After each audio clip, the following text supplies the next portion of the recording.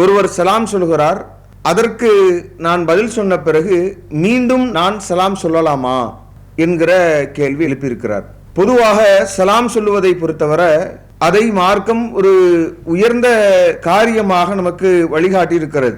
அல்லாஹ்வின் தூதரிடத்தில் கேட்கப்படுகிற போது ஐயுல் இஸ்லாமி ஹைருன், இஸ்லாத்தில் சிறந்தது எது என்று கேட்கிற போது அல்லாஹ்வுடைய தூதர் தக்கரவு சலாம் அலா மன் அரஃப்த வ அலா மல்லம் தரிஃப், நீங்கள் அறிந்தவருக்கும் அறியாதவருக்கும் சலாம் சொல்ல வேண்டும் என்கிற வழிகாட்டுதல அதுதான் இஸ்லாத்தில் மிகச் சிறந்தது என்று நபிகள் நாயகம் ஸல்லல்லாஹு அலைஹி வஸல்லம் அவங்க சொல்லித் தருகிறார்கள். அதே மாதிரி ஒருவருக்கொருவர் நேசத்தை பரப்பிக் கொள்கிற இந்த சலாத்தை நமக்குள் பரிமாறிக்கொள்ள வேண்டும்.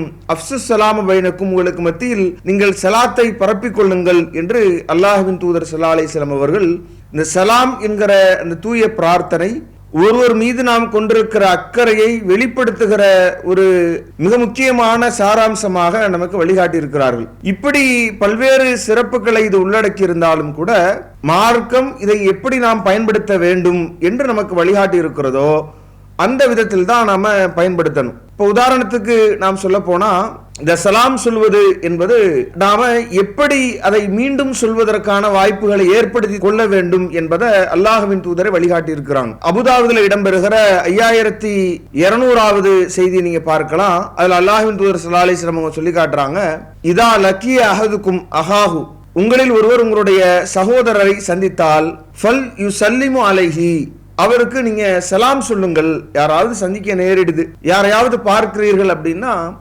புன்வருவரோடு சலாம் சொல்லுவதை இஸ்லாம் மிக முக்கியமான சிறப்பு வாய்ந்த அம்சமாக இந்த முகமனை நமக்கு சொல்லித் தருகிறது. எப்படி நாம மீண்டும் சலாம் சொல்ல தொடங்குவது அப்படின்னா அல்லாஹ்வின் தூதர் சொல்றாங்க, ஃபஇன் ஹாலத் பைனஹுமா சஜரத்துன் அவ் ஜிதாருன் அவ் ஹஜருன், உங்களுக்கு இருவருக்கு மத்தியில் ஒரு மரமோ அல்லது ஒரு சுவரோ ஒரு கல்லோ குறுக்கிட்டு மீண்டும் சும்மா லக்கியஹு, அவரை நீங்கள் சந்திக்க நேரிடுகிற போது ஃபல் யுஸல்லிம் அலைஹி ஐலன், மீண்டும் நீங்கள் அவருக்கு சலாம் சொல்லுங்கள் என்று அல்லாஹ்வின் தூதர் ஸல்லல்லாஹு அலைஹி வஸல்லம் சொல்றாங்க. அப்ப இந்த சலாம் சொல்லுவது இஸ்லாத்தில் மிகச்சிறந்த ஒன்றாக வழிகாட்டப்பட்டிருக்கிற நிலையிலும் கூட நாம எப்ப சொல்லணும் அப்படின்ற வழிகாட்டுதான் நமக்கு சொல்லித்தரப்பட்டிருக்கு. ஏதோ ஒரு நாம குறிப்பிட்ட இடைவேளியோ அல்லது நமக்கு மத்தியில் ஒரு குறுக்கீடோ ஒரு கல்லோ அல்லது வேறு ஒரு மரமோ ஒரு சின்ன நமக்கும் அவர்களுக்கும் மத்தியில் ஒரு முறிவு ஏற்பட்டு விட்டது என்றால் மீண்டும் நாம் சந்திக்க நேரிடுகிற போது சலாம் சொல்லிக் கொள்ளலாம் என்கிற அளவிற்கு அல்லாஹ்வின் தூதர் ஸல்லல்லாஹு அலைஹி வஸல்லம் நமக்கு சொல்லித் தர்றாங்க. அப்ப குறைந்தபட்சம் இப்படியான ஒரு குறுக்கீடு இருக்கணும். ஒரு கல்லோ ஒரு சுவரோ ஒரு மரமோ ஒரு மறைவை ஏற்படுத்தி மீண்டும் நாம் சந்திக்க நேரிடுகிற ஒரு சூழ்நிலை இருந்தால்தான் நாம் சலாம் சொல்ல வேண்டும் என்கிற வழிகாட்டுதலை நாம் பார்க்கிற போது, அப்ப நம்ம ஒருத்தர் சலாம் சொல்றாருன்னா அதற்கு பதில் சொல்லுவதே அதற்கான அந்த நன்மையை நாம பெறக்கூடிய வாய்ப்பாக இருக்கும் என்பதை நாம் பார்க்கிறோம். நீங்க பாருங்களேன், அல்லாஹ்வின் தூதர் ஸல்லல்லாஹு அலைஹி வஸல்லம் சலாம் எப்படியெல்லாம் நமக்கு, அதனால தான் அதனுடைய சட்டத்திட்டங்களை சொல்லும் பொழுது இருவருக்கு மத்தியில் மனக்கசப்பு ஏற்பட்டால் 3 நாளுக்கு மேல அவர்கள் தன்னுடைய சகோதர முஸ்லிம் இடத்தில் பேசாமல் இருக்கக்கூடாது என்று அல்லாஹ்வின் தூதர் ஸல்லல்லாஹு அலைஹி வஸல்லம் அவர்கள் சொல்லிவிட்டு, அதுல சிறந்தவர் யார் தெரியுமா? அல்லாஹ்வின் தூதர் சொல்றாங்க, இன்ன அவுலன் நாசி பில்லாஹி, அல்லாஹ்விடத்தில் உங்களிடத்தில் மிகவும் நெருக்கத்திற்குரியவர் யார் என்றால் மன் பதாஹும் பிஸ்ஸலாம், சலாத்தை கொண்டு உங்களில் யார் தொடங்குகிறாரோ அவர்தான் என்று அல்லாஹ்வின் தூதர் ஸல்லல்லாஹு அலைஹி வஸல்லம் சொல்றாங்க. வெவ்வேறு செய்திகளை பார்க்கிறோம், ஹைருஹுமா அல்லதி யப்தஉ பிஸ்ஸலாம், அவர்கள் இருவர்ல யார் சலாத்தை கொண்டு முதல்ல துவங்குகிறார்களோ அவர்கள்தான் சிறந்தவர்கள் என்று அல்லாஹ்வுடைய தூதர் ஸல்லல்லாஹு அலைஹி வஸல்லம் சொல்லி காட்டுறதை பார்க்கிறோம். அப்ப சலாத்தை சொல்லுவதில் போட்டு முந்தி சொல்வதில் போட்டி இருக்கணும்.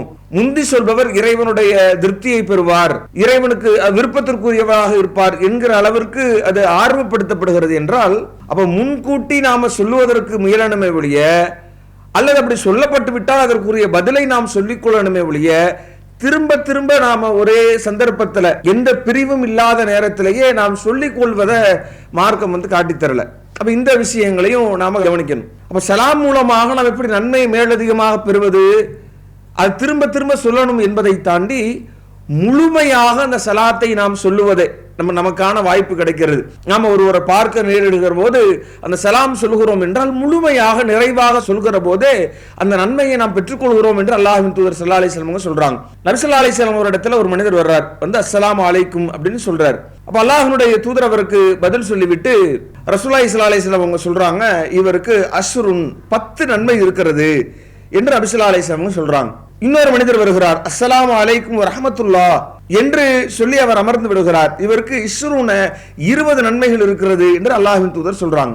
மூன்றாவது ஒரு மனிதர் வருகிறார், வந்து அவர் அஸ்ஸலாமு அலைக்கும் வரஹ்மத்துல்லாஹி வபரகாத்துஹு என்று அவர் முழுமையாக அதை சொல்கிற போது சலாசூன இவருக்கு 30 நன்மைகள் இருக்கிறது என்று அல்லாஹ்வின் தூதர் ஸல்லல்லாஹு அலைஹி வஸல்லம் சொல்றாங்க. அப்ப அந்த சலாத்தை நாம் திரும்ப திரும்ப சொல்வதை காட்டிலும் நாம் அதை நிறைவாக சொல்லி பழகும் பொழுது அதுவே நமக்கு பெரு நன்மையை பெற்றுத்தரும் என்பதை பார்க்கிறோம்.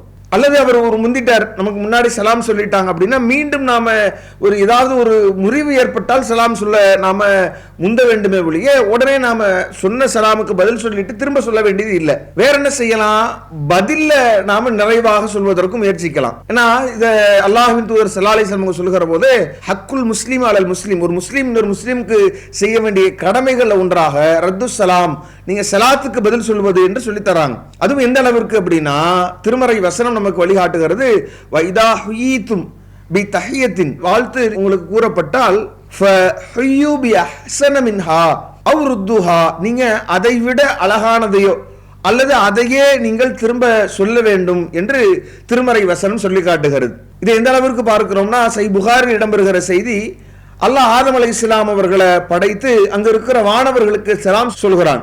அப்ப ஆதம் அலைஹிஸ்ஸலாம் அவர்கள் அஸ்ஸலாமு அலைக்கும் என்று சொல்லுகிற போது அந்த வானவர்கள் அஸ்ஸலாமு அலைக்கும் வரஹ்மத்துல்லாஹ் என்று அவர்கள் கூடுதலான வார்த்தைகளையும் இணைத்து பதில் சொல்கிறார்கள் என்கிற செய்தி சஹீஹ் முஸ்லிம்ல 5463வது இலக்கத்தில் பதிவு செய்யப்பட்ட செய்தியில பார்க்கிறோம். அப்ப சலாத்தை நாம் நிறைவாக சொல்லி அல்லது முன்பாக சொல்வதற்கு போட்டி போட்டு நாம் சொல்லி அதில் சில ஒழுங்குகளை பேணணும். அல்லாஹ்வின் தூதர் அதை ஒழுங்குமுறைகள்லாம் சொல்றாங்க. ஒரு கூட்டத்தாருக்கு ஒரு தனி நபர் சொல்ல வேண்டும், சிறிய கூட்டம் தான் பெரிய கூட்டத்திற்கு சொல்லணும் என்கிற மாதிரி அல்லாஹ்வுடைய தூதர் சில ஒழுங்குமுறைகளை சொல்றாங்க. அந்த ஒழுங்குமுறைகளை பேணணும். அப்படி பேணப்படலை சொல்லலை அப்படின்னா அவர்கள் சொல்லவில்லை என்கிற சூழல்ல நாம அந்த சலாத்தை முந்தி சொல்லி அந்த நன்மைகளை பெறுவதற்கான வாய்ப்புகளை பெறணும் என்பதை நாம் பார்க்கிறோம். ஆனா இந்த சலாமை அவர் சொல்லி அதற்கு நாம் பதில் சொன்ன பிறகு மீண்டும் நாம் உடனே எந்த முறிவும் இல்லாம எந்த இடைவேளையும் இல்லாம எந்த ஒரு விலகுதலும் இல்லாம நாம உடனடியாக திரும்ப சலாம் சொல்லுவது என்பது அல்லாஹ்வின் தூதர் ஸல்லல்லாஹு அலைஹி வஸல்லம் காட்டி தந்த வழிமுறை இல்லை.